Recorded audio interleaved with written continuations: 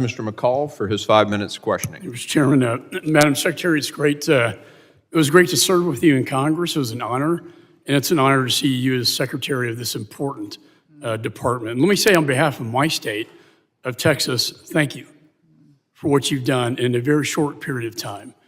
I've worked on this issue as a federal prosecutor, as chairman of this committee for over 25 years. I never saw the border more broken, more chaotic than I did under the prior administration. Yet within months, you have restored order to the border, and the stats speak for themselves.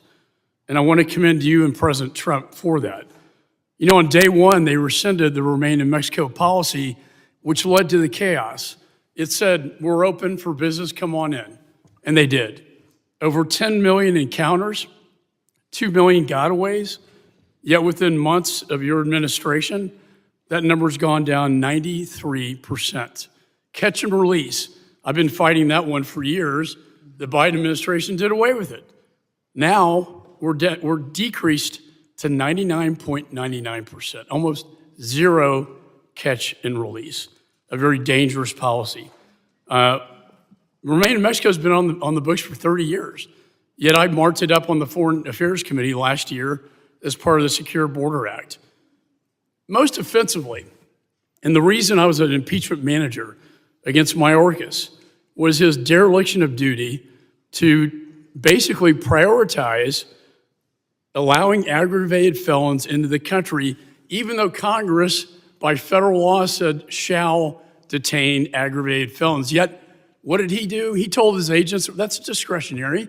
You can release these dangerous criminals into our society. What have you done within months? 50 days. You have 14,000 criminal aliens arrested, some of the most brutal gang members like MS-13 and TDA, and it's making this country safer. Fentanyl.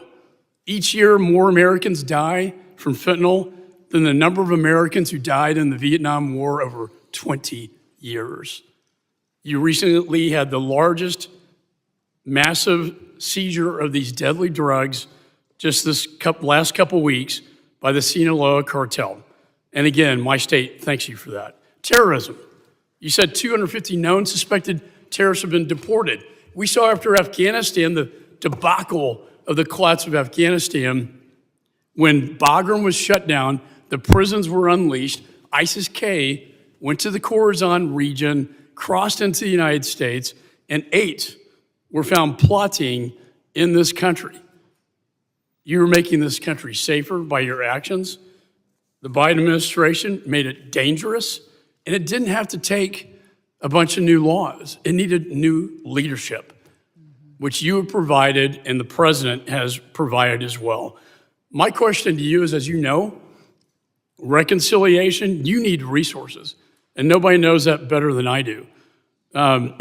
We marked up a bill, about $70 billion that can be put into your department to start enforcing these laws already passed by the Congress. The foreign terrorist organization designation was huge. Let me just ask you this, how will this bill, the reconciliation bill, assist you in your efforts to continue and promote safety in the United States? Well, thank you, Mr. Chairman, and I appreciate all of your leadership on our national security issues in the past and still continue in the future to focus on that. The reconciliation bill is imperative to our future in securing our nation. For years previous, the Department of Homeland Security has been neglected. It's one of the larger agencies in the federal government with one of the smallest budgets.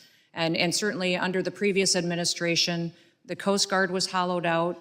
Border Patrol and ICE were not allowed to do their jobs. They were not allowed to invest in new technologies that they could utilize for interdiction. Also, our borders need surveillance and technology to make sure that we know who's coming into this country and why. Our ports of entry need new scanners so that we're truly scanning our shipping containers and much of our air freight. We don't know what's coming in by air either. Those kinds of adjustments and technology and software upgrades are needed to compete, but also to secure our country with the threats that we face. And we don't just face threats from gangs and cartels. It's from China and PRC and Iran and hackers that come into our system. Salt and Volt Typhoon have taught us that we're extremely vulnerable to these kinds of attempts in the future. In fact, one of the most alarming things I heard as soon as I was nominated for this position was in a briefing from CISA that told me that they knew with Salt Typhoon that we had been hacked, but they also said they didn't know how it happened or how to stop it in the future. Now, the main goal of CISA is to hunt and to harden our systems, hunt bad actors and harden our systems for our small and medium-sized critical infrastructure.